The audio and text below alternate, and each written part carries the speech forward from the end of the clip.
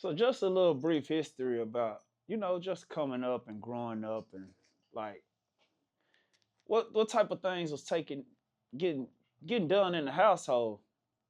So on the first, waiting on food stamps, first come, load up the fridge with like meats and different things that we want to eat. Well, my uncles, they'll steal it. They'll like take the meat that we bought, and when everybody sleep, we'll wake up and all the ribs, pork chops, and stuff that's worth a lot of money will be gone. And my grandma, she'll be upset, she'll be crying, like, why y'all do that? But it was the drugs. The drugs had them so gone to where they willing to sell the food that we supposed to eat throughout the month just to get high. And it got to the point where we had a chain around the fridge and we had to go get the key from my grandma when we want to open it and unlock it. So growing up with that type of mindset, once I got old enough to start making money, I had to pretty much like barricade my bedroom. And you might say, why you got to barricade your bedroom?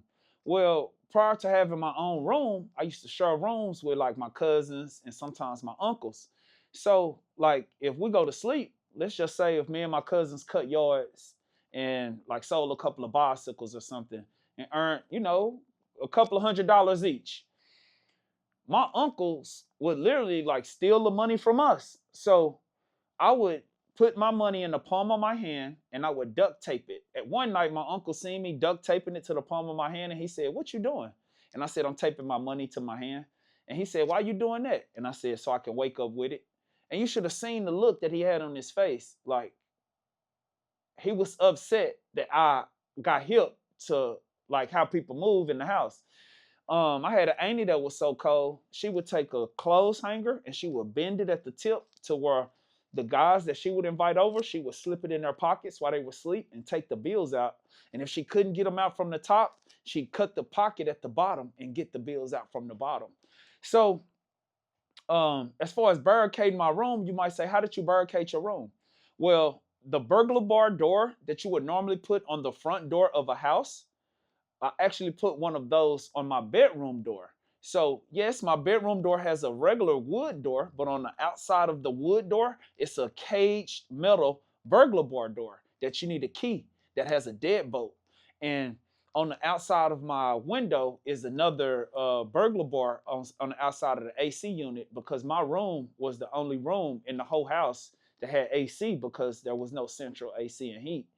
And I had a little small mini fridge in there. So when I don't want to have to worry about wrestling with people at the fridge in the kitchen, I got my own little mini fridge. And it got to the point where once my grandma wasn't at the house anymore, that's when I started serving out of my window. And it wasn't like a trap house because I was living there and I slept there. But sometimes I did let certain fiends come by and, I would serve them there. But yeah, like uh growing up in that type of environment, I feel like it also kind of forms and shapes who you become. But they talk about the trenches. I've been there.